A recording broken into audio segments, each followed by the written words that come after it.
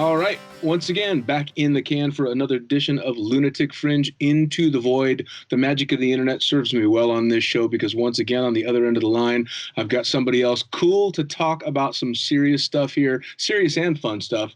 So tell me, who's for you and what do you do? I'm Brian Germain. And, well, among other things, I jump out of airplanes. Brian Germain. I mean, that's a voice and a name that's been around skydiving for a few years now. One or two. 34 years of jumping, huh? 34, yep, exactly. April Wow. 13th is my anniversary coming up. How did it get started? Well, I mean, I was a young college student. You know, it was one of those deals where freshman year of college, I'm away from home at University of Vermont. And a whole bunch of us were totally stoked when our resident advisor, our floor advisor, said, "Hey, we're going to go do a group activity." I was thinking jumping out of planes. We're like, "Yeah, baby, let's do that." And so that's how I got my start. Dick Swanson. Nice. I don't know if you know Mike Swanson. A lot of people know Mikey. Schmeekle, as we called him when he was little. Schmeek's dad came to my dorm at UVM and taught the first jump course right there in the dorm. Really? Memorable. It was awesome. That's a pretty damn cool way to get a first jump course. Yeah, and years later, I got to teach Mikey's course. Right. Now, what were you in college studying? Everything. I was one of those. I went through like literally 7 majors.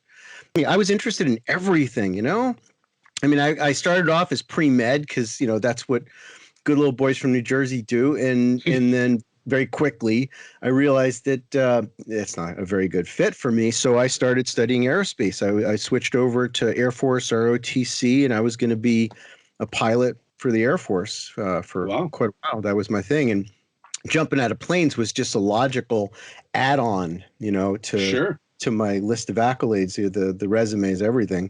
If you want to, get the job that you want, you need to look good. Oh yeah. Well, so anything you can tack on to aviation, especially if it's something along those lines, it definitely shows a little dedication to flying if you're willing to jump out. Totally. You're in college, you're going to do the aerospace thing and you're thinking military and all this stuff. But at what point does it click? Wow, there's a lot more to this sky jumping shit than I kind of expected. Well, I mean, it was progressive, I think with most of it comes on like a slow freight train where you realize that your life can't go back to the way it was, that you're a skydiver, genie's out of the bottle. And now it's a matter of just, you make choices to increase the number of jumps that you make per week. Sure. So I got a job rolling burritos in a truck right outside of UVM and, making my money. All the skydivers worked at the burrito truck. Monty's Burritos. It was called Montezuma's Revenge, right? Monty's. Nice. I mean, I was just, I realized at that point that jumping out of airplanes was going to be more fun than flying a fighter or whatever I ended up doing.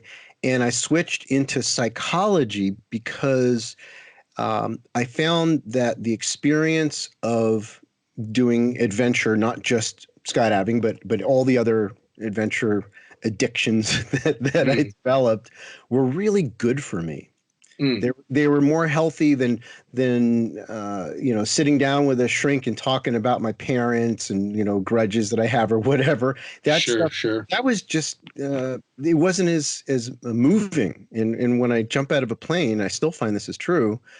My troubles go away. I enter the present moment that Eckhart Tolle speaks of. It was a transcendent, forced enlightenment experience. And so I switched to psychology to dig deeper into why this was so positive for me, why it was so joyful, even though there was all this fear as an aspect of it. There was also joy and euphoria as an aspect, and it was transforming my self-identity. Sure. Well, and it became a major theme of your entire career, though, mixing psychology and skydiving or any extreme sport. It is. It still is. And I urge people that are dealing with depression and post-traumatic stress disorder and things like that to do more adventure and particularly outdoor activities instead of more medications. Sure, I sure. mean, Now, yeah, go before ahead. we dig too deep into the skydiving side of things, you mentioned other extreme sports Yeah. or other, shall we say, adventurous activities. Where do Mhm. those directions take you? Yeah, I mean, I don't know if extreme sports is kind of a, it's a label that Yeah, implies a death wish, and I don't have one of those. right. Um, the I mean, I've got many of them, right? So as a skier, a ski racer, that's always been core for who I Mm, am. I mean, I've been skiing since I was 3. I started racing by the time I think it was 9 or something. Made the switch from hockey at that point. I was like, okay. gave up hockey and just got deep into skiing, and I still absolutely love it. Even when I can't afford it, I'll Mm. strap on my skis or my snowboard in like local parks. When it snows, I'll be out there sometimes 2 and 3 in the morning with a headlamp, Wow. just cutting a line through the forest. It's I don't know, it's just very good for me. Mm, Something about the flow state of skiing. I feel it in rollerblading, that sort of thing too. sure. Uh, and so that's part of it. I also teach climbing, and I have been for a long time. I mean, it's literally longer than skydiving. I've been Mm. teaching climbing, and so yeah, we run a program at the Y. They have a big climbing wall that wasn't being used, and I just I swung by and I was like, gosh, they don't have any instructors. Maybe we should just get this program started up again. And it Oh, kind of nice. went fallow. So my wife and our good friend Corinne started teaching this Friday night thing, and families started showing up, and then we got all these people that, like cool finds cool. The idea that Sure. if you're doing something awesome, it attracts people that are like you, that it attracts people that you will like. Oh, yeah. And so we've created this community, and I mean, we've got people that have done all kinds of serious mountaineering that come with their kids. We've got special needs families that come with their like their Down syndrome daughter, and they all love it. Little kids, I mean, I'm getting 3-year-olds up on the rope, and we get them if just a few feet up, maybe 5 feet or something, and I'll just leave them there and have them bounce around. We'll play dodgeball. We'll throw the ball at them. They kind of bounce around and get used to Oh, that's awesome. trusting the rope, and before you know it, the kid is going to be doing, laying down some serious trad routes by the time they're 12 or 13, right? Oh yeah, it's funny because I find that I see the opportunities that little kids have in things that I find thoroughly entertaining now, and of course I'm getting to the age where the climbing and stuff is a little bit harder and things hurt a little bit more, and I watch these little kids Yeah. going, "Why in the hell didn't I have this shit when I was a kid?" Yeah, yeah. Because it's so awesome to watch It it happen. it is, and it transforms their life experience, doesn't it? To get them young before they develop the fear, or I should say, internalize the fear that was taught to them by the grown up, Sure. Oh yeah. right? I mean, I think we have our initial basic aversions that we're born with. Don't jump into the fire and don't touch the arachnid or the snake. And those are pattern recognition programs that keep our species alive. But the actual fear, the whole drama, the story about it, and the generalized sort of aversions that expand beyond just that context, where you're like, I fell once, and so now anything that involves heights, I'm going to Sure. avoid. Sure. I mean, right? And what does that cost us? So, to me, that's why adventure sports are so good, is it allows you to go back, but maybe slight to the right or the left of that experience that you had that was bad, Sure. or maybe you haven't had a bad experience and you just want to keep on expanding your comfort zone, into areas that are worthwhile risks. Sure. I think of it as, don't waste your risk on things that are not meaningful to you. Oh You yeah, absolutely. right? And it Climb a was mountain, sure, but don't just run across, traffic to prove a point that you're brave. That's Yeah, yeah, yeah, kind of absolutely. Well, dumb. it's funny. I took up climbing through a skydiving buddy of mine that I'm sure you probably know, Kevin Love. Uh-huh. Um, Sure, he, sure. yeah, Okay. he took me climbing for the very first time out in Las Vegas, and by then I'd been a skydiver for a couple of years and thought I had a handle on the fear thing, um, Yeah. and was in for a rude awakening when it came to climbing. And to this day, climbing even though I consider it to be, the type of climbing that I do, which is the clipped in sport route, Mhm. very, very safe climbing, Yeah.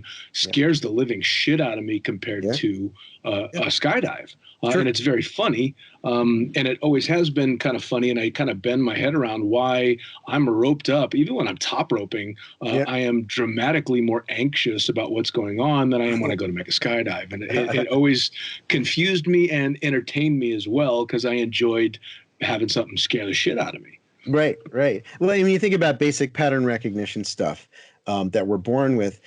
Falling for a long period of time, the brain doesn't have a lot of pre-interpretive thoughts that where we know what to do if we're falling for more than 3 seconds. There's nothing in our genes that says what to do, because every animal that found itself falling for more than 2 seconds died.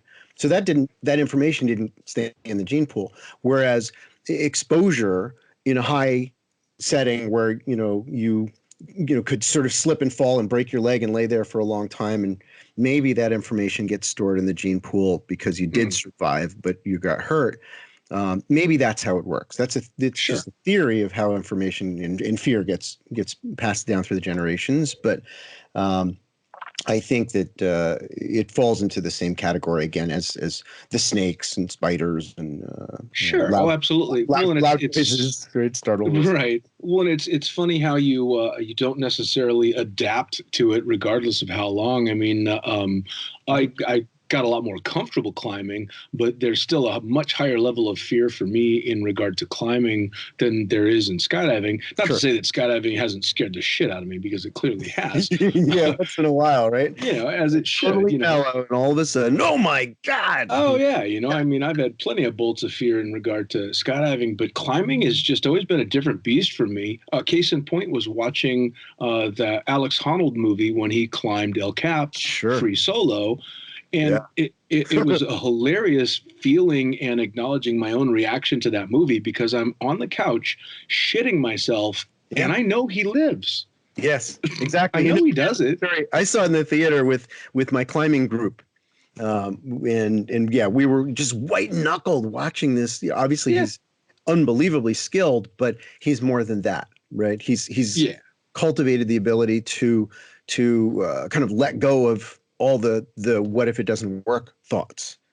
Sure. And that's a skill that can serve us under certain circumstances, and others get us killed. But but he manages it, and I think we do too, maybe to a smaller degree. But anybody that climbs or jumps out of planes or runs rivers in kayaks, you're pushing back your fear without even noticing it through repeated exposure, without death, right?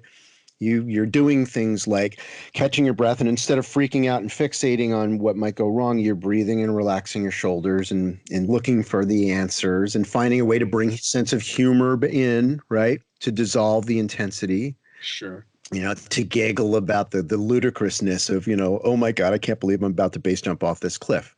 Right. This is really happening. This is not a dream, and I better pay attention and do it right. And then we realize that the fear wasn't serving us. It wasn't making us safer. What makes us safer is to relax, to be more aware, to be in our bodies, to soften. It becomes more sort of supple, adaptable, and balanced. Yeah. Absolutely. Take in the details. I mean, well, you fly planes, right? And I'm sure that happens all the time, where you get your panties in a bunchie and then you calm yourself back down. Oh yeah, I mean, you have no choice, and that's one of the things that I have acknowledged from the beginning, that I owe nothing but thanks to every scary situation I've been in, especially, of course, in skydiving, because things are happening so fast. You have to realize you don't have the luxury of freaking out. Yeah. You don't have the luxury of allowing yourself to let that fear cave into panic. And for me personally, that's how I mentally separate the two. There's panic, which is the fight or flight. I need to run no matter what. And then there's the fear, which is, okay, I'm going to shit myself about this later, but right now I have to deal with this situation. Yeah. I always say, you can cry about it in the shower later, but right now you're in the left seat, baby. This is the left. Oh, yeah. Well, Kevin Love was actually dealing with learning how to handle the extended fear in regard to climbing. You're 3 or 4 pitches up a 7-pitch climb, and the only way down is up. And you have to realize, just like once you've stepped out of the airplane, you're only going one direction. So you need to cope with what's going on. Take a deep breath, and deal with it. And it's that's acceptance. Acceptance It, is the word that's coming in. absolutely, and that's a skill. I mean, that just takes time and repetition. Mm-hmm. Yeah. I also noticed that there's an aspect of being afraid that is kind of these cultural voices in us where there's this shaming Mm, that we do to ourselves sometimes, right? Especially in long duration things in contexts where there's other people that don't look as scared as we are. And maybe they right. feel like it, but on the outside they look like they're totally cool and why am I the only one that's scared and what's wrong with me? I get a lot of folks that are having trouble learning skydiving Mm, that come to me, and I do what I call power sessions, where I do at least an hour, sometimes longer, where we just chat about the process that's going to lead them to becoming a skydiver, even though they have driven to the drop zone and turned around at the entrance and come back home many times, even though they've ridden to altitude and weren't able to get out of the plane, oh yeah. right? Even though they got hurt and now they're like white knuckle just thinking about it. The road back is it's not always that easy. No, it can be a tough road, and I've said it before on the podcast. I used to have a spot when I was either just in my learning skydiving or recently licensed, and I had a turnaround point on the highway where I could turn around before this point on the highway with no shame, go back home, head personally held high. But if I drove past that place, I was going to the drop zone to make a skydive. Yeah, And yeah, there were more than a few times that I was 2 seconds from hitting the brakes, to turn yeah. around because and it was a unique way to, all right, nope, this is the spot you've got. And then years later, as I had, I'd become a jump pilot and all this stuff, and I thought I had learned how to cope with fear and this and that, and I had an engine failure on a multi-engine aircraft. Mhm. And I felt like I was shitting myself, and that clearly everybody could see. But anybody that knows jump planes knows that most of them have a mirror so you can see the back. Mhm. And I caught my reflection in the mirror, and I remember vividly thinking, "You look so calm." And I was Yeah. shitting my pants, but I looked calm, and I'm like, "All right, just keep faking it until you're on the ground." Yeah. Well, and there's something to that, isn't there? Right? The Sure. fake it till you make it. Um, it's a lot deeper than people realize. That if you Oh yeah. look at, I mean, the fundamental concept was posited by William James, right? So the father of modern psychology. He was basically saying that the thoughts that occur to us and therefore the future that occurs to us, the timeline that we're on, shifts when we change the state of the body and what we do with it, right? So if you act scared, right, where you think about, like, if I was playing the role in a movie of the scared dude right now, like what Right. would I do behaviorally in terms of like the shifting of my eyes left to right and up and down, and my shoulders being uptight, and my hands and fists and my feet and foot fists, and I look agitated and I move fast and I talk fast. Right. Right. Right. So what does that cause in terms of cognition, in terms of answers, solutions that I can see? And how am I magnetizing my future? Is it going to be the best case or the worst case scenario? Right. Obviously, I'm getting drawn, with my thoughts inadvertently into the worst case scenarios. And if I choose, James suggested, to walk slower, to breathe slower, to relax the muscles, then the thoughts that occur are literally causing us to have access to a different timeline and access Mm, to a different version of you. There's mm. always two pilots sitting in the left seat, superimposed over each other. Which one Sure. you become is based on how you act, how you talk, and you kind of cheer yourself up into a better reality. Sure. Well, it's almost the same mentality that you have a tandem instructor and a tandem student. The Yes. tandem instructor acts calm and acts collected, and some of that rubs off on the student, It whether it's, sure does. yeah, And and it so rubs it's, off on the tandem master. what's that? That's it rubs off on the tandem master too. Oh, yeah. I mean, I've been in the middle of malfunctions with a tandem where just my active acting calm for the student calmed me down to deal with the situation. That's the whole point. And it is Yep. amazing that we're capable of expanding comfort zone in those ways, in sort of acting ways. And at the same time, as we start to calm down and we start to feel good, on the rock, where, because I like to free solo. I don't go super high, but I do free solo. I admit it. Um, and I'll be in these places. I was in one, it was 2 days ago, where I kind of went, just for a second. I wasn't slipping, but it was a moment. And I kind of went, to do this breath thing. It sounds a little different each time, depending on the context. Sure. And I stopped all motion. I stopped all cognition, and I relaxed my muscles, and I cleared my head. And it only took about 4 or 5 seconds. And I started to smile and giggle at myself again and feel good and forgive myself for being scared all in one moment. I made that about face.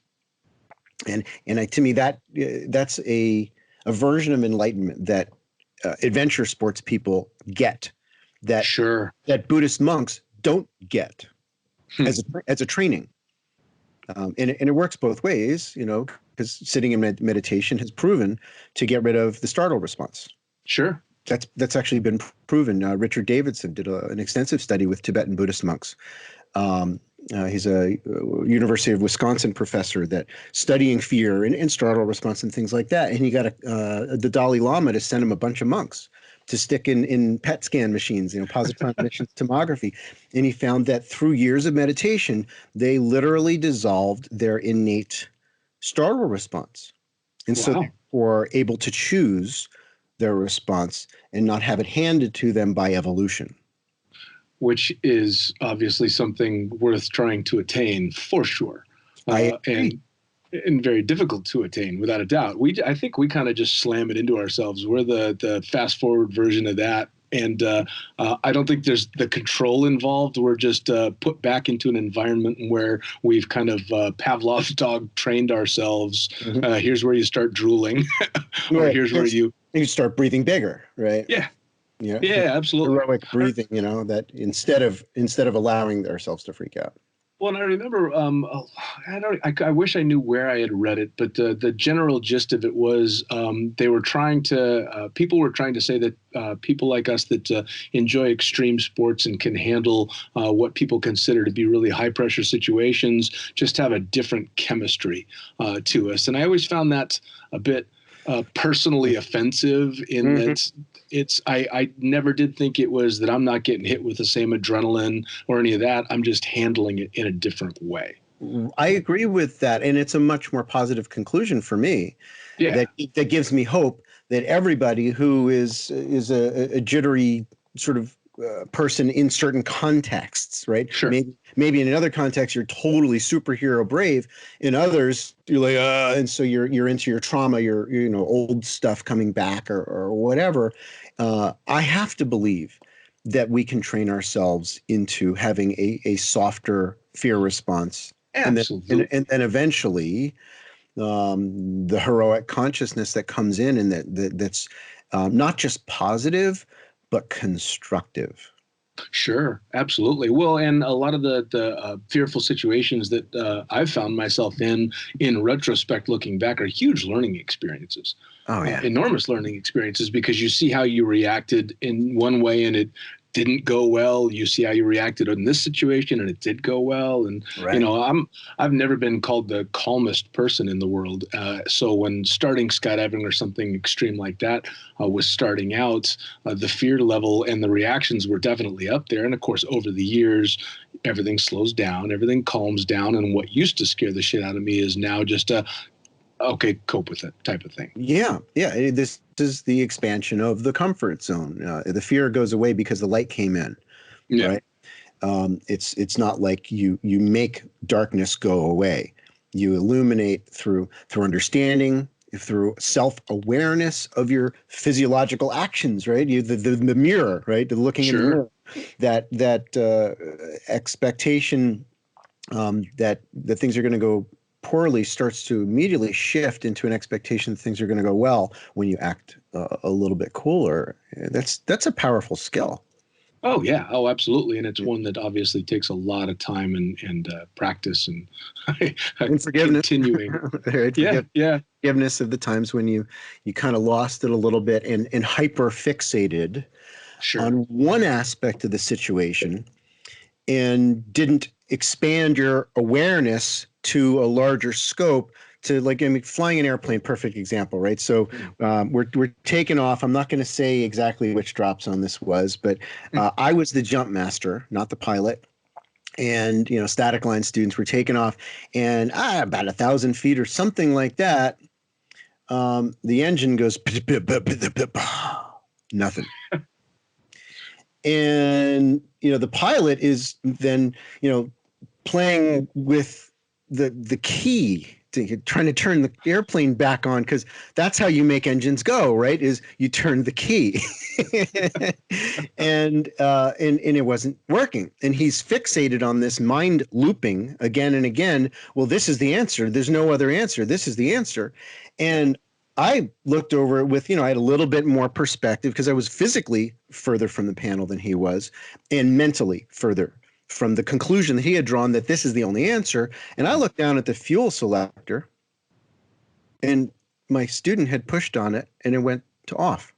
Oh, so I flipped the fuel selector to both, and the engine started up on its own because of the relative wind, and that was that. We went and jumped, So, but that the pilot was stuck in this natural tendency to hyperfixate. Sure.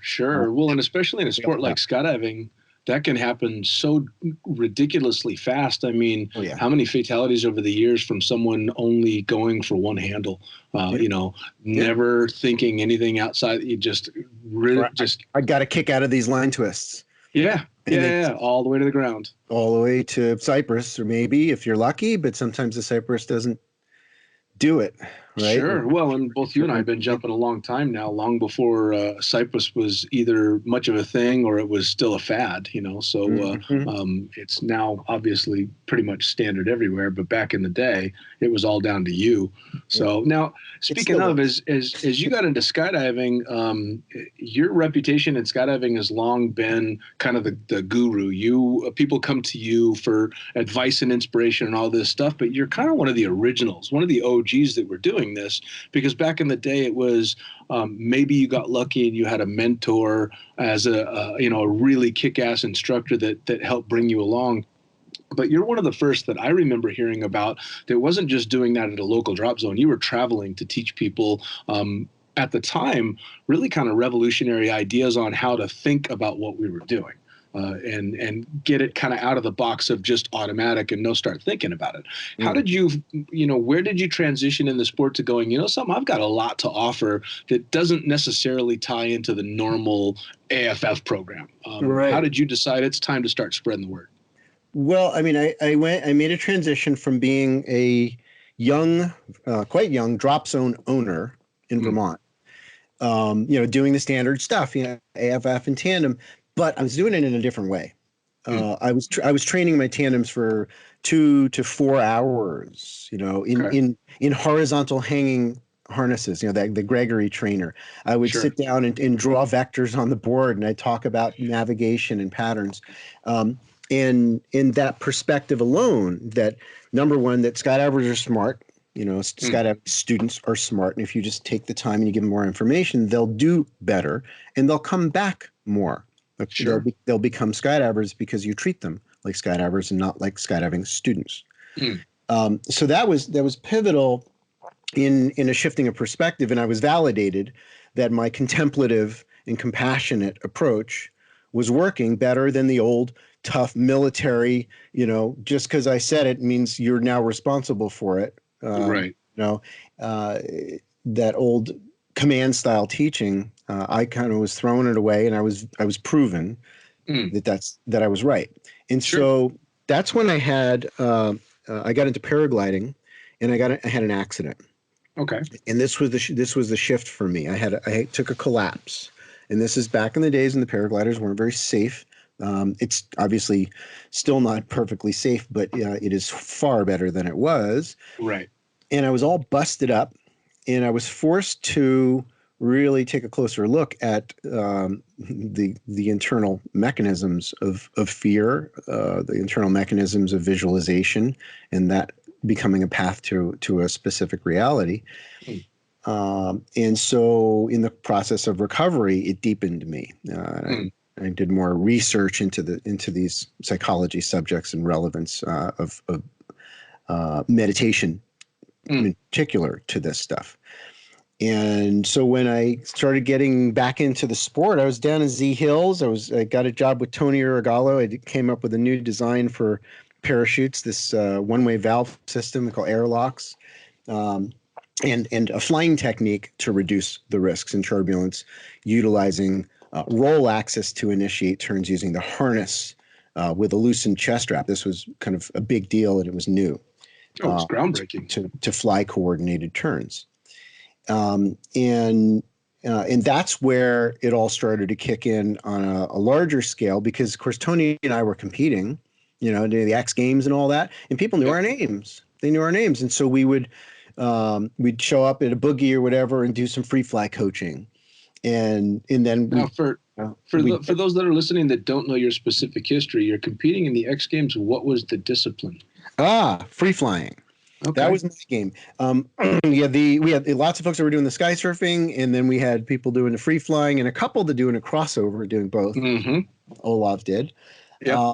He was one of the only ones, actually. Yeah, I talked to him about it, and we had a good giggle about him having his board cutaway handle sticking out of the fly of his blue jeans. Yeah, it's funny. I actually found my old sky surfing suit just recently, a goofy looking. It was a sit suit back in those days. Yep. But yeah, the sport was, sort of escalating in these new directions, and people wanted to know how to do it, and even before that, you had Norman Kent that was shooting Mike Michigan. He was shooting Deanna, his wife, Deanna Kent, doing crazy wild freestyle stuff that we were like, what's that all about? That's what really brought it in to the limelight. To me, it was before X Games.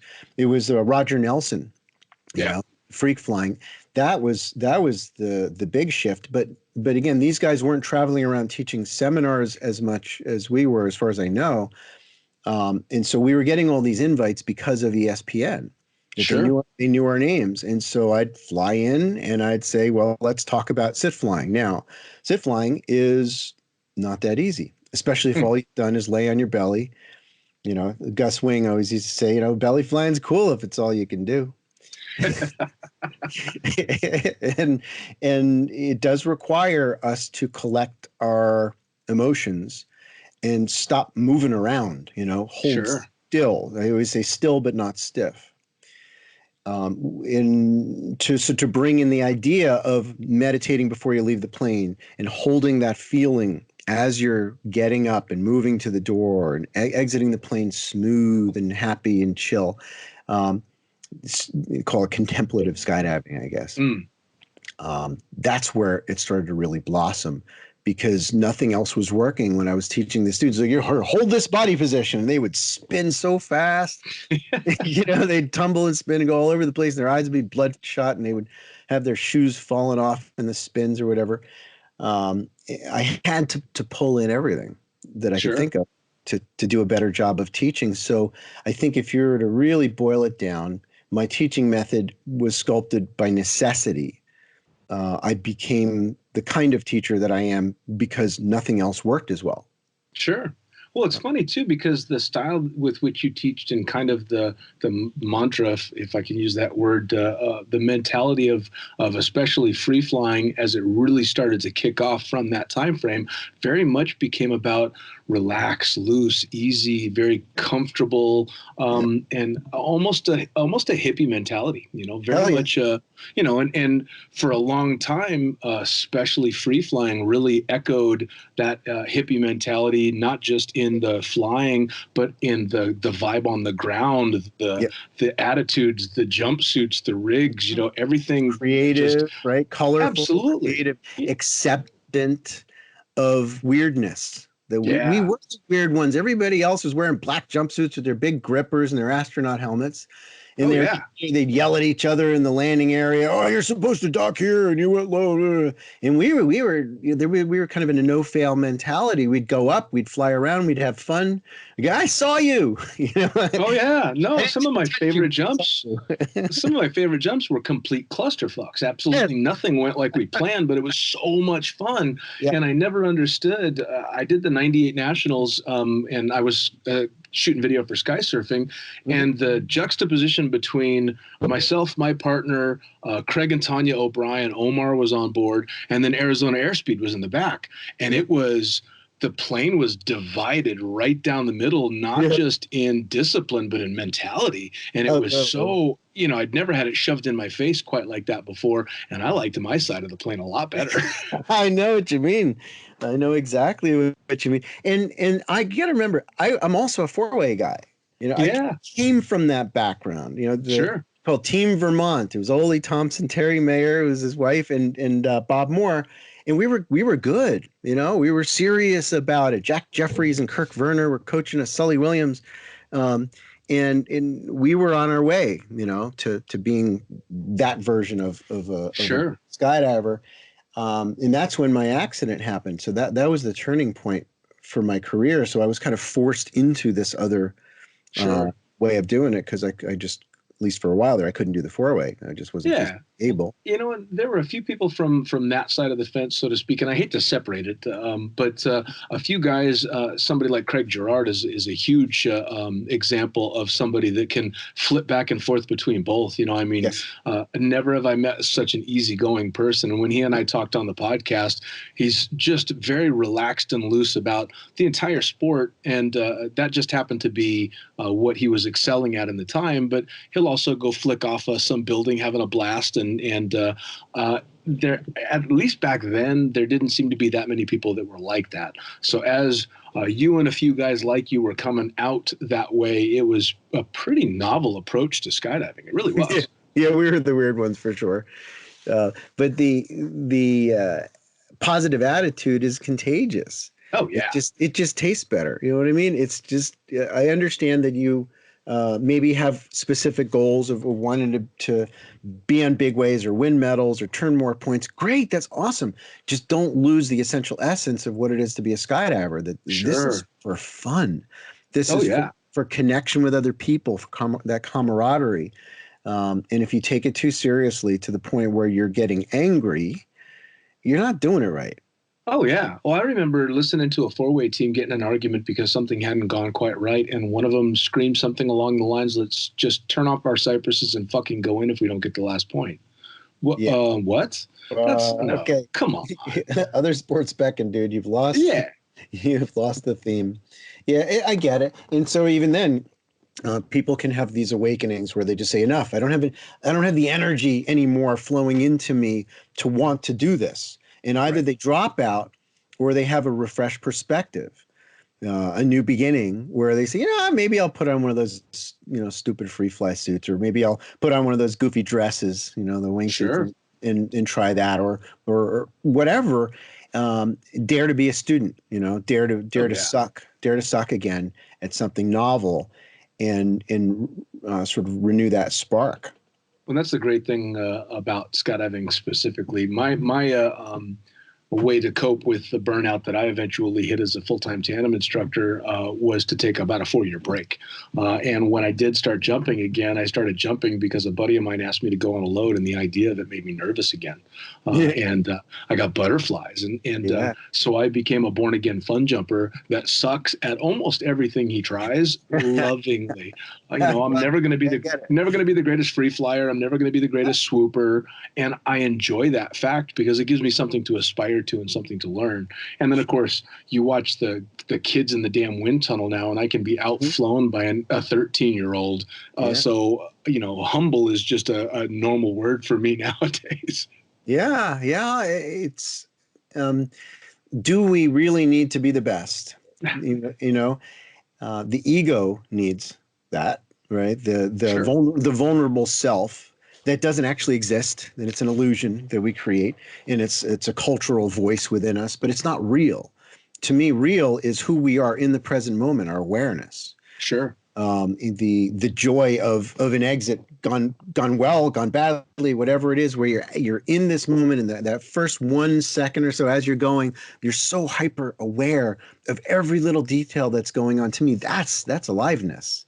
Oh, Uh, absolutely. and that's not Well, my ego at all. That's part of that. exactly. Well, and I hate to see it, but you watch people struggling to hit that number one position, which, I mean, let's face it, most people are never going to be the best. Or if they are, it's such a fleeting moment to spend so much time suffering without enjoyment to try and reach this one little goal that chances are is going to be pretty anticlimactic when it's done.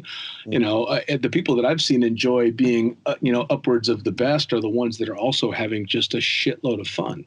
Right. That's one of the things that always drew me to skydiving, and swoopers nowadays are a great example of this. Is they're all rooting for each other. Yes. I mean, sure, they want to be on top of the podium, but you'll watch, the freestyle competitions, and the guys that are in the competition are on the sidelines as fans, and that says volumes. Yes. Yes, yes, absolutely. It was the same way in the X Games. Everybody was rooting for everybody else. Yeah. And that was one of the first times that I'd ever done that. Because like ski racing, you would watch everybody else ski, and there's an aspect of your experience like, wow, that guy's really good. That's really beautiful. And then there's this other voice that says, oh man, I hope he falls. I hope he doesn't beat me. I hope he skids out on this turn and loses some speed. And that's the ego voice. But what if this was all of us together rooting for the ultimate performance? Oh yeah. Well, like when I watch a football game where I don't care who wins because I don't have an interest in the teams, I root for the great play.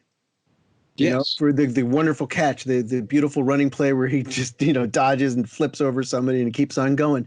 I'm rooting almost for the ball. You know what I mean? Sure. It's so. Yeah. And so, what if we were to take that approach to skydiving, and still reach for high performance, reach for our best possible performance right now, and everybody else's also, to see great skydiving, to root for great skydiving.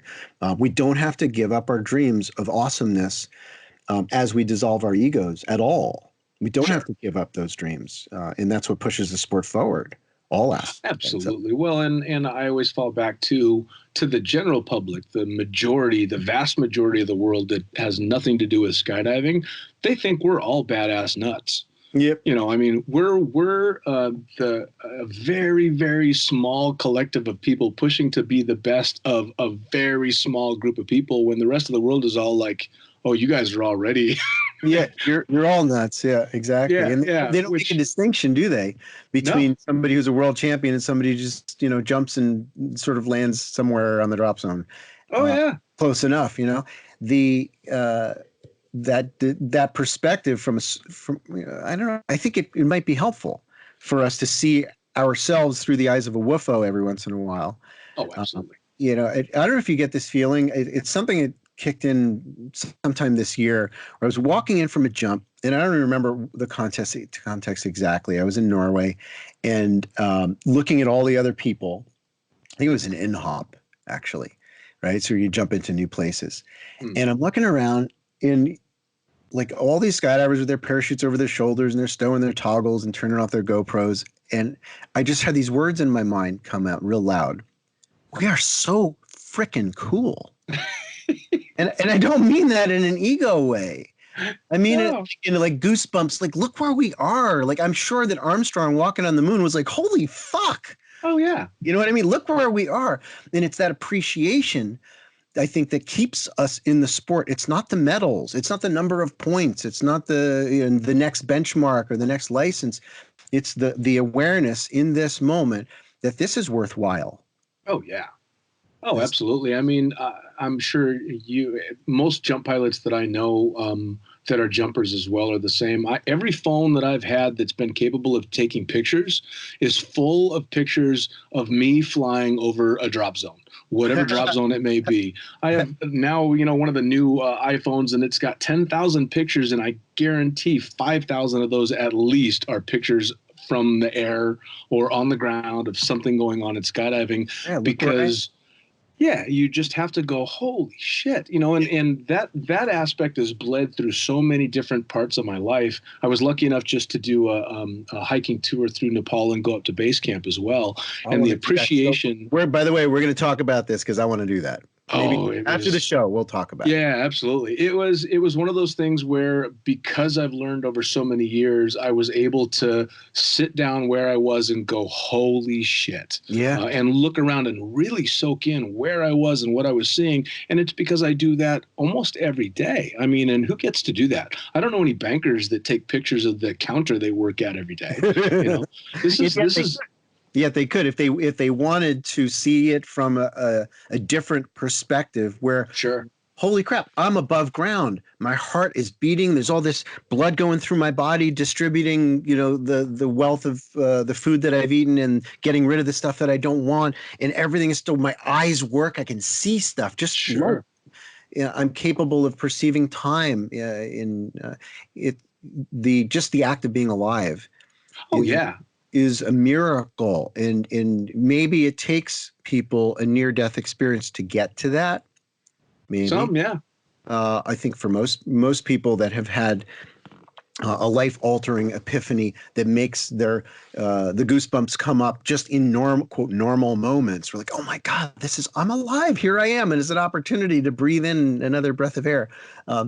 Maybe that's the answer that adventure sports brings to us, these moments of near death experiences where we appreciate being alive.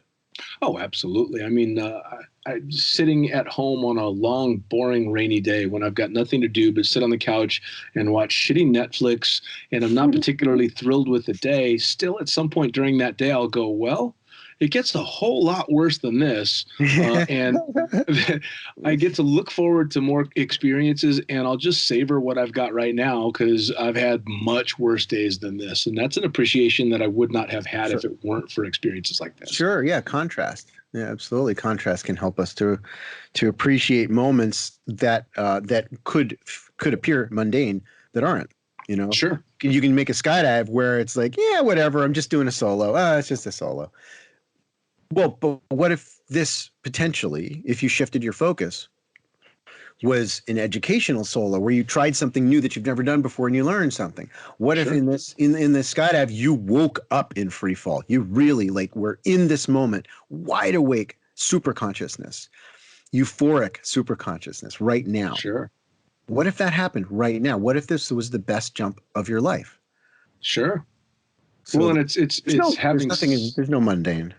no, no, no. Mundane is a state of mind for sure. Absolutely. I mean, people can turn the most blasé things into something spectacular just by shifting their mentality about it.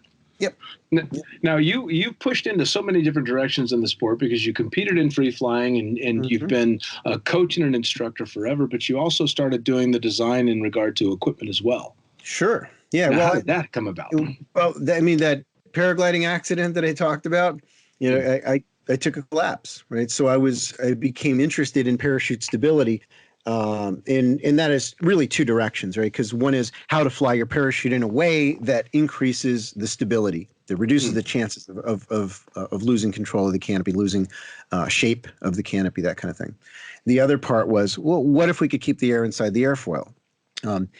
And so that led to not only the airlock concept, but to taking the initial prototypes that I built down to Florida to Tony Irigallo, saying, "Hey man, what do you think?" He said, "So, what do you?" I remember it was a small prototype, and he's spinning around in a circle. It was during the Thanksgiving party. He always threw a really good Thanksgiving party at his shop, and I showed it to him, and he went outside and he's spinning around in a circle to inflate the airfoil, like around and around and around and around. Right.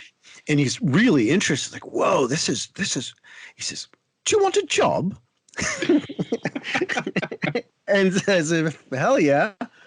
And that's kind of where it started. He hired me and put me in the job of research and development. Wow. And, of course I had to learn how to build, his canopies his ways. And there was a lot involved in that. And that's where he was like, "I want to introduce you to Marco Jaakkola from Finland, who's also a pilot and a skydiver, really wonderful man. I love that guy." And he taught me all these little details. And Sandy, who's now at Aerodyne, Mm. Sandy Kimball, also taught me kind of cracking the whip, unpick it, do it again. And so I was the new kid, and then eventually I became the top person at the shop, and I was doing all the hardest stuff, and I was designing from the ground up, and we came up with the Jedi, and at that point it was Tony and I and Marco working together Mm. to design. And I was having outside the box ideas because I hadn't been in the industry, that aspect of it, as long. So I'd be like, well, why don't we try this then? And they'd be like, well, okay. They just hadn't thought of it because I was the outsider. Sure. And I've always had that angle on this stuff. It's like, well, yeah, but why not? Just because you haven't done it doesn't mean it's not possible. Sure.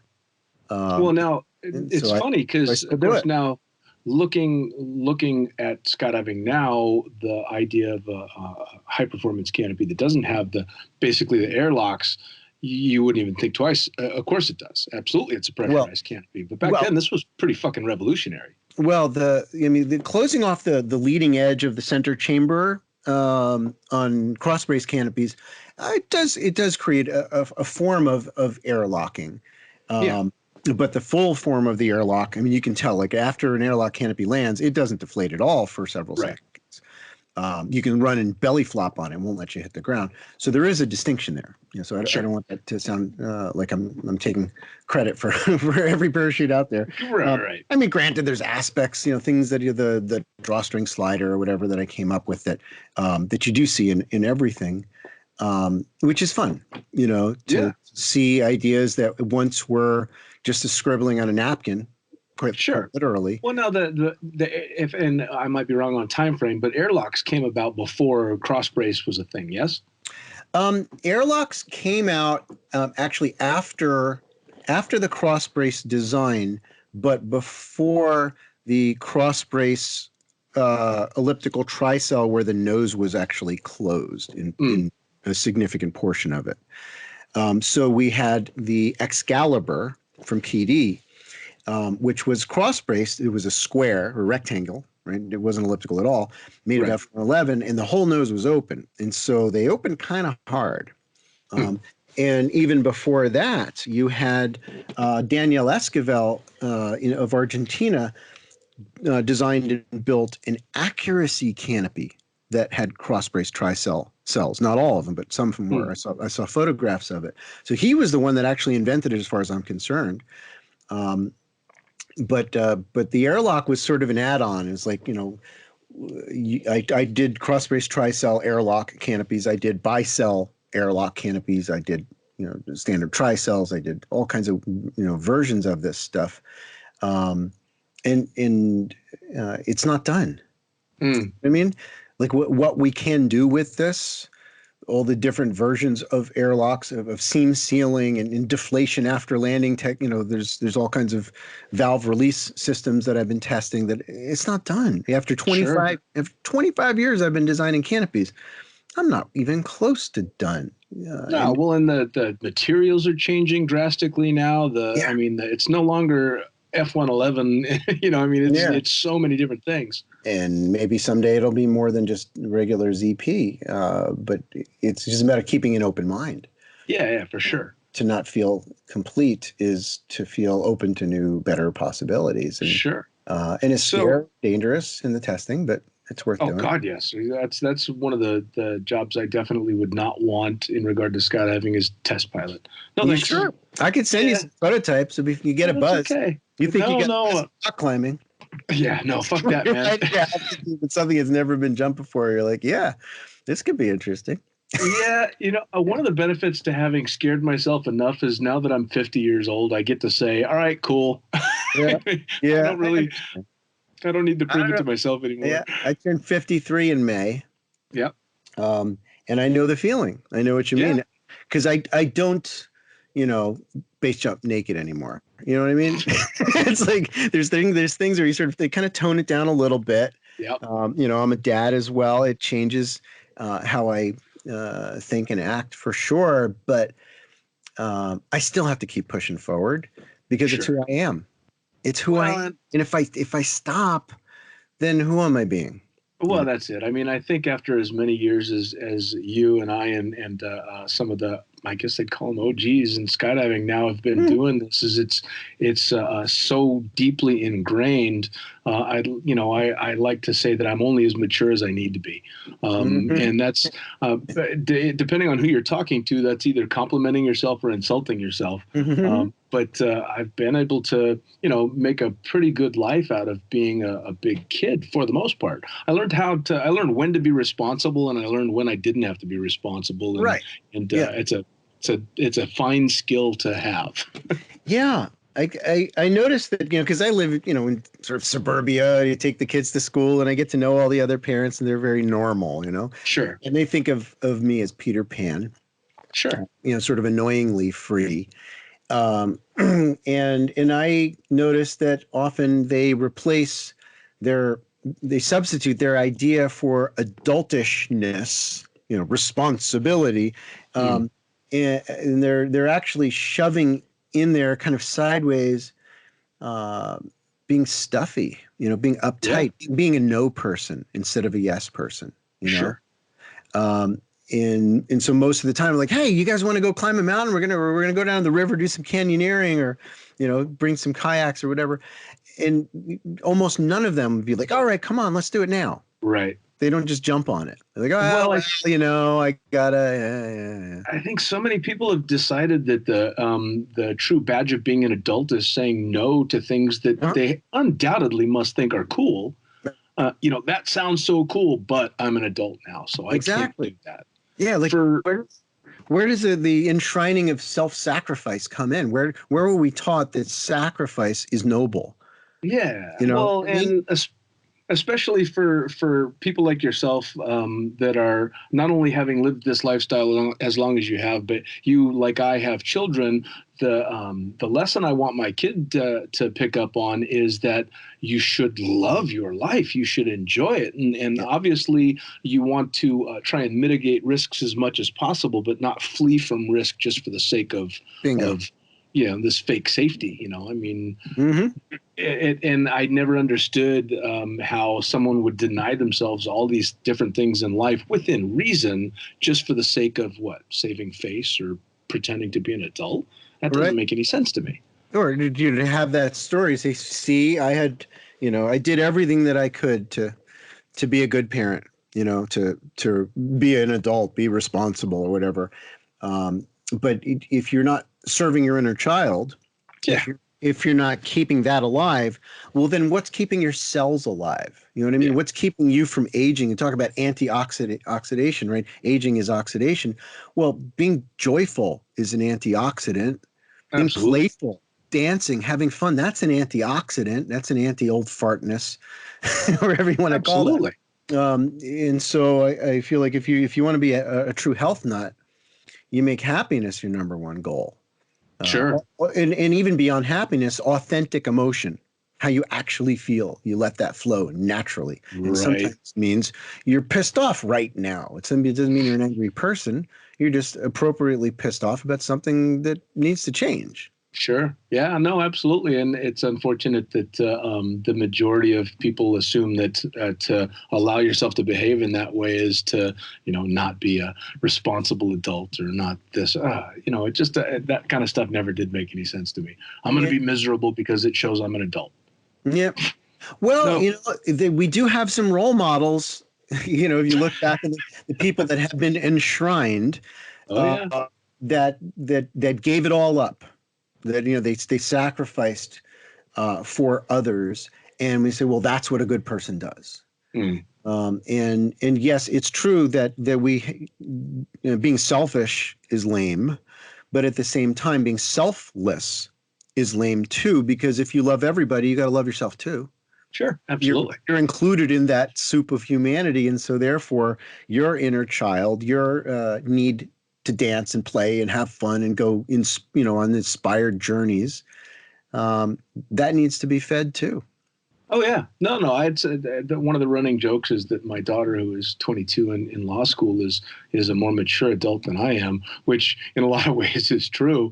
But it's this running fun joke because I kind of give her permission to go be goofy. Yes, you're doing Mhm. these things and this is what you want, but you still get to act like a fool if that's what you feel the need to do and Yeah, go have fun and enjoy life on top of the other things. I mean, right. all of life is not happy go lucky. And yes, you have responsibilities and shit you need to take care of, but who cares if somebody thinks you're a goofy idiot, or you Mhm. post goofy pictures or my daughter going, oh, geez, there's my dad. Uh, Yeah. you know, I'd be I love ashamed if she wasn't saying that kind of stuff. right. Yeah. It sounds like you're teaching her in the way that I interpret it as a good way, that you can be whatever you want to be. You can, walk the path, the role of, of a grown up, Yeah, and do it in a way where that role is not who you are, it's just what you're being, and you can step out of it. I noticed, I was we had a school thing, right? We have it was called a STEM night, right? okay. And so at the STEM night, where I was helping out, volunteering, doing some work at this kind of music, teaching about sine waves and things like that with the art teacher, the music guy and the art teacher. They're awesome people. Hmm. And the principal was in there at the end. She's like, "Come on, clear it out. I know you're having fun, but it's 9 o'clock. It's all over." And she's, playing her role. Come on, let's Right. get going. And then I watched the music teacher just take something and just knock it over on the ground and go and stuck his tongue out at her. And then they all had this little interaction that nobody else was supposed to see, that they Right. were goofing around in the context of their roles. They stepped above their roles, and instantly I fell in love with all three of them. Sure. And I feel like that's the new reality that we're stepping into, that everybody can be in their role but not possessed by it. Yes. How about Yes. And that's how that's about a truly lofty goal to aspire to. And some people like them, it sounds like they've kind of got that nailed. They know, all right, this is the time and the place, but Yeah, yeah, exactly. Like you said, knowing when to, fly the aircraft, and knowing yep. when to load up a spitball in the straw that you stored, turn around and whack somebody in the face with a spitball. You know Oh, what I mean? absolutely. Theoretically, you can do both. Oh yeah, yeah. It's one of my favorite tricks ever told to me was by the guy that taught me to fly the twin otter. Was that one of the funnest things in the world to do on jump run while flying obviously a very intense experience is to roll the window down and throw marshmallows at the people getting ready to exit the airplane. I like that. It's a wonderful thing. It's so fun when you finally got into that level. Of course, it's nice, but you can do both. And all right, I know how to be very responsible and do all the things that I need to do, but I can also chuck these marshmallows at you while you're jumping out of the airplane. Yeah, exactly. Yeah, that playfulness can be taken too far.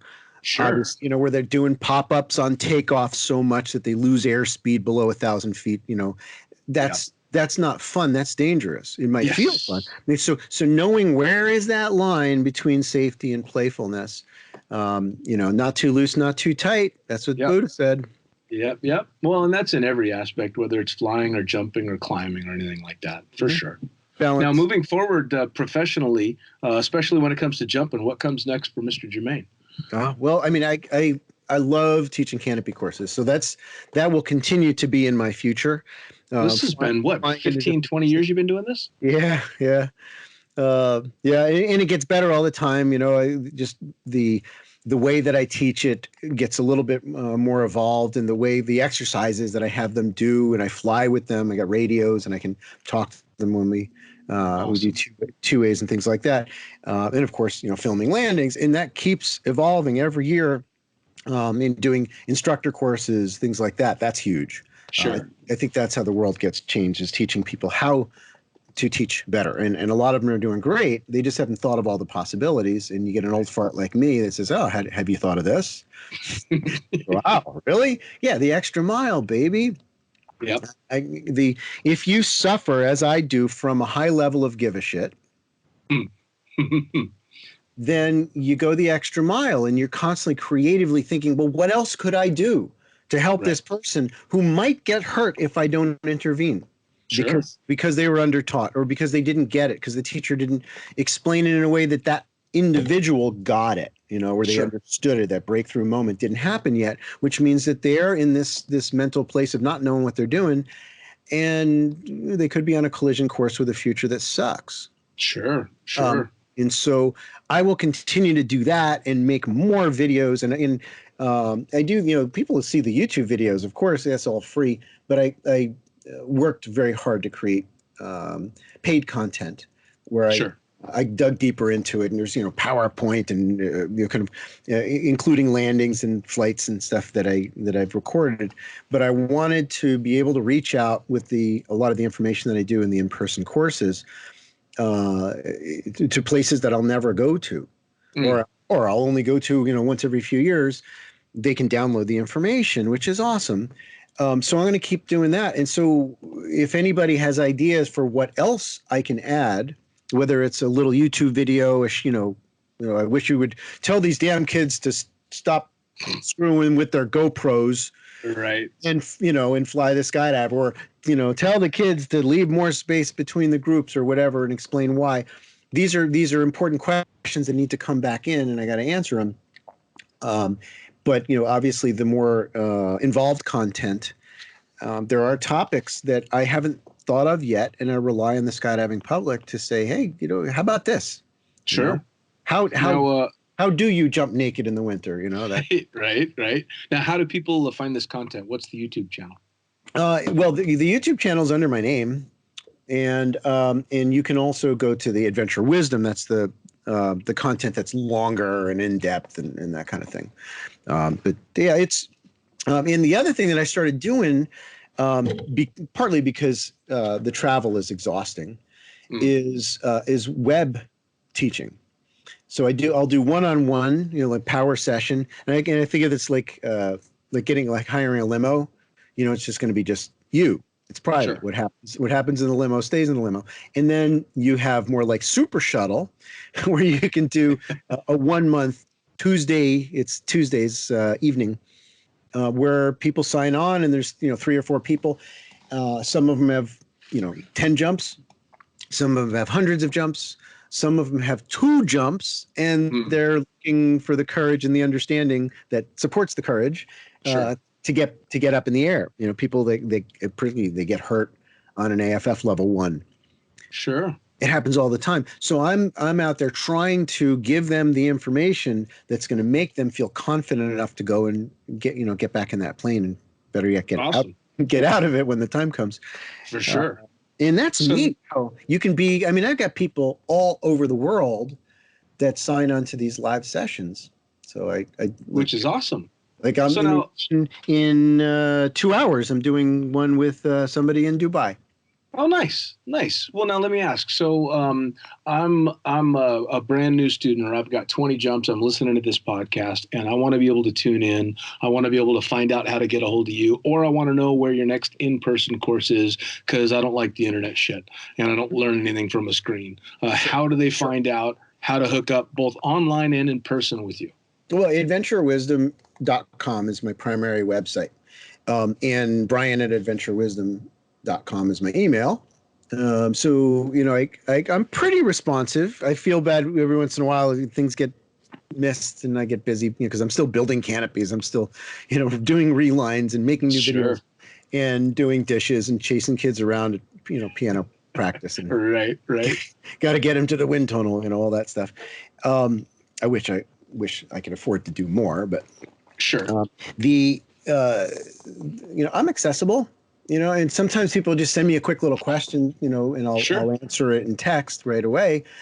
But most of the questions that people have are much more elaborate, and I need to give the full answer. Otherwise, I'm kind of sucking at my job. So the best thing that I can offer is to fly into your drop zone and be there with you. You know what I mean? Sure. And hang out and, make eye contact and shake hands and show you packing tricks, show you and land. I jump too, right? So, I'll land the way that I want you to land. And right. I don't always jump a super swoop canopy because I want to teach you how to fly a parachute similar to, what you got.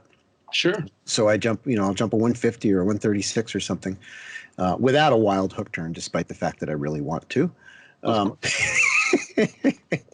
uh, so that's the best way, and if you're a new jumper, you just talk to the drop zone owner and say, hey, listen, we want to bring Brian in.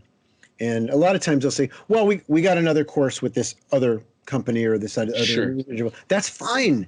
That's fine. Just schedule my course, a month or more apart from when their course is going to be there, so we're not stealing each other's fire. Let's keep throwing, instructors at the problem, Yeah. because my way of teaching is my way, and then you get other teachers that have wonderful wisdom, deeply valuable information. Learn from them too.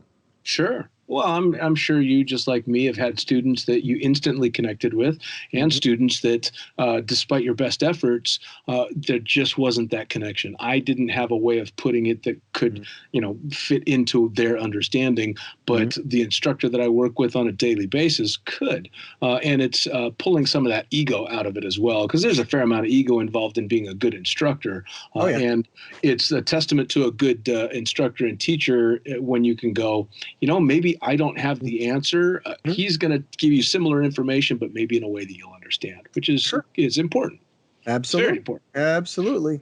I think it's important to also adapt and sort of become more open-minded in our learning styles, Sure. just as we do with our teaching styles. Sure.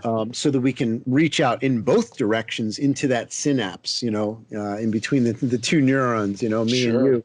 And so I try to look into the eyes of the student and figure out, okay, this guy needs this, that person needs that, this is the learning model for each individual is going to be quite different. And at the same time, you go, all right, well, but Brian's a little casual compared to some of the other more regimented courses. And maybe for me, based on the way that I'm used to learning, it's a little annoying that I never know what Brian's going to do next. I don't know. There's no schedule. When are we going to go back to the classroom, and when are we going to done packing?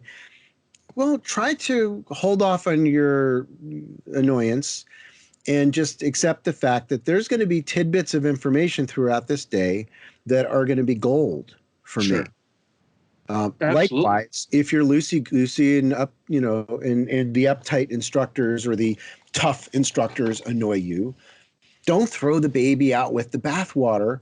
Make sure that you learn from them too, because they're every one of them, the great teachers out there, are going to say something where your eyebrows will come up, and you'll tilt your head to the side like a dog who hears their name, and you'll go, oh, yes, indeed. That's awesome. That's awesome. Indeed. Well, those light bulb moments happen a lot more often than people think, as long as you're open to them, which is the big thing. You got to be open to that learning, which also falls back to something you said at the beginning of the podcast, which is embrace going out and doing something you suck at, because to learn something new and to suck at something means to open yourself up to how that learning happens, in which case when you're teaching, you go, oh yeah, when I was learning this, and this is what was snagging me, and you can pass that on, which is fantastic. Yeah. So I always wrap up things by asking, you got two different groups of people. You got people that are just getting into the sport, and you got someone that's not really sure they're going to hang on anymore. What advice do you have to those groups of people, to the people just coming up and those people that are wondering if they should stick around? Yeah. Well, I think the advice would be in some ways the same for both, in that if you can really connect with what you love about this. I mean, I understand there's stuff about it that you don't like, maybe you've been in the sport for too long and you're kind of burned out, or too many tandems or whatever, and these are all very common traps. You can notice those things and not fixate on them. Right. And likewise, you can notice the positive aspects and not fixate on them too, if you choose. So I urge people to spend more time talking about and almost bragging about how much you love your sport and your role in it. Those are two aspects of the same thing that are important, right? Who are you being when you're on the drop zone? What do you love about that? What do you love about the experience, the specific experience of gearing up, of getting in the plane or whatever? And I understand you're going to be like, well, I hate rushing. I hate that part. No, no, no. We're not talking about that right now. What Right. you're trying to nurture is your connection to what you love about it, the connection to the sensation of freedom, Hmm. of the freedom for creativity. Had this, the sky is so big, and how much you love just having the ability to just woohoo. I'm just going to track Right. over to that cloud. I'm just going to pull high on this particular jump and play around for 20 minutes under canopy. Um, the those that list, those items are going to be what gets you through the harder times.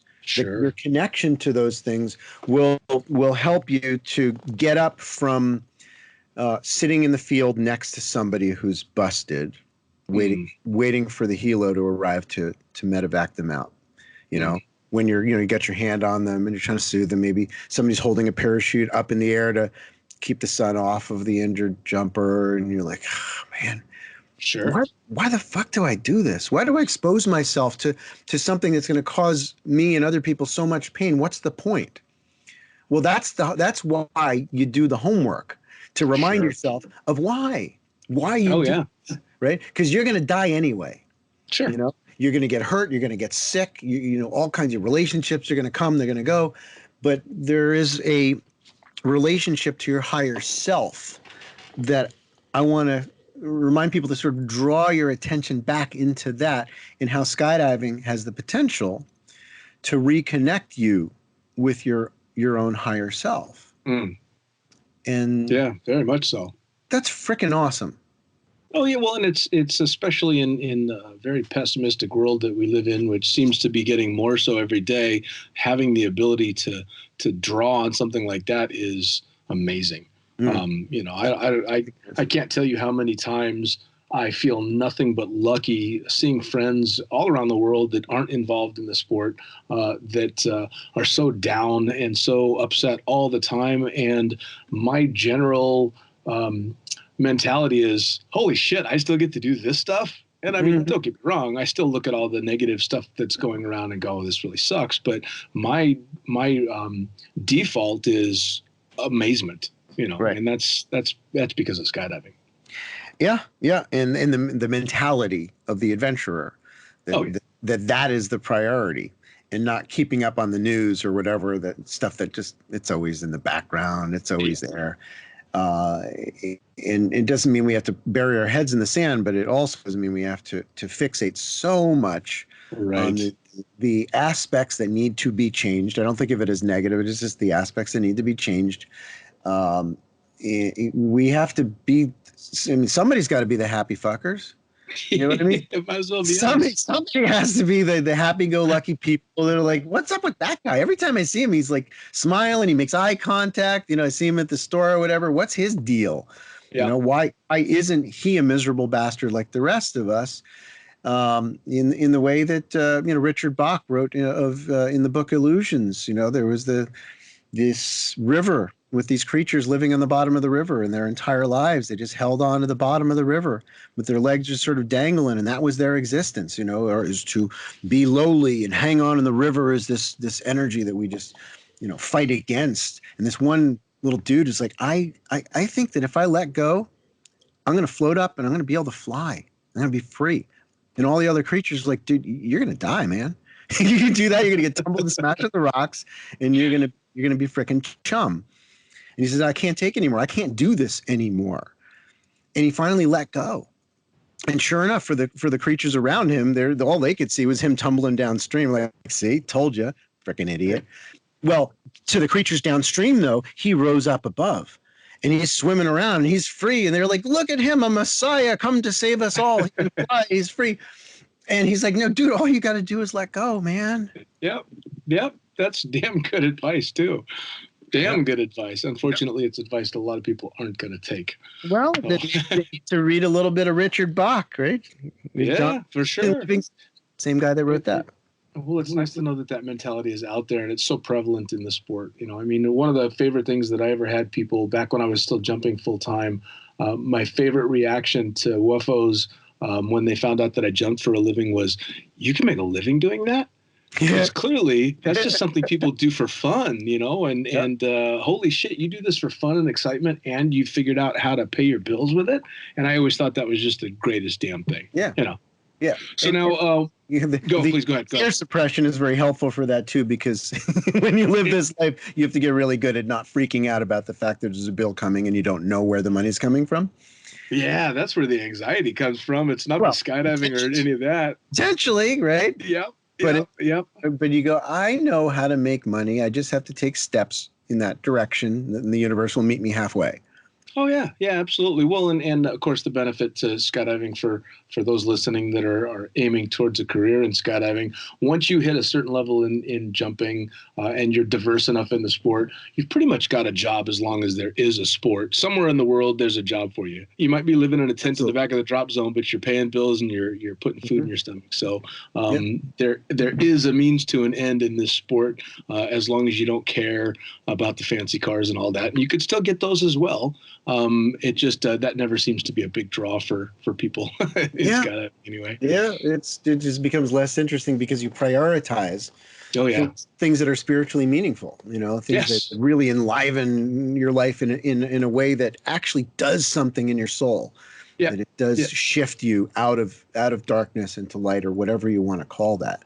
Well, it's always funny when you see the Facebook posts that come up saying, you don't get anything from material this and material that, and people that are chasing after these don't. And my first thought whenever I see posts like that is, well, yeah, no shit. Yeah, well, I mean, it's very true, and of course, zero P material though. Right. I'm a materialist. Oh yeah.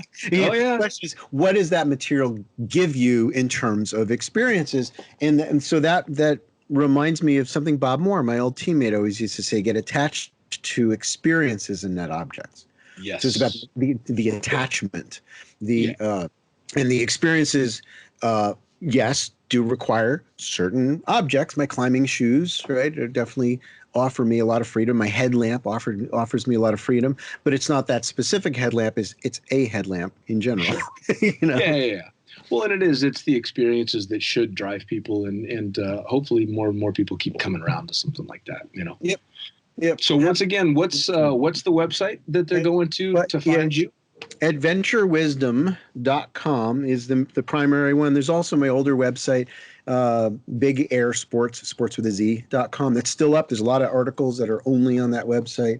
And that one's, older, non-adaptive web format, but it's a lot of good stuff there. And of course that's the one that is dedicated to the parachutes. That Cool. I make. And then of course there's the YouTube channel under Brian Germain that's got a lot of the free stuff as well as links to paid stuff. Yes. 300 and some odd videos. I can't remember. Oh shit. Yeah. And I've taken a lot of them down. Been a busy man. Yeah. So I'm just old. Just have Yeah, to do fair it enough. time. That's all it is. Fair enough. Yeah, there's a lot of good stuff in there that's going to help you. Just like, how do I change the altitude that my Cypress activates? Right. There's a little video in there and showing you how to do that. Just trying to make the lives of skydivers better in the ways that I can when I have the time. Just make another video. Awesome, man. Well, you've been doing it for a very, very long time, and I know how busy you are, so I can't tell you how much I appreciate the fact that you sat down to talk with me for a little while, and hopefully the videos keep coming as well as the new canopies and all the innovation.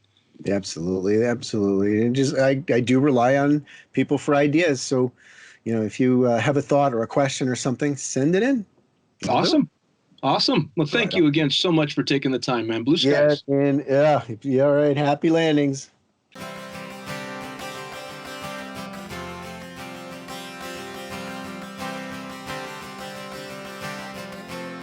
Okay, I think we're in business. Right on. Cool. So, welcome to Casual Chat Live. I am Brian Germain, and I have one of the best guests. I'm so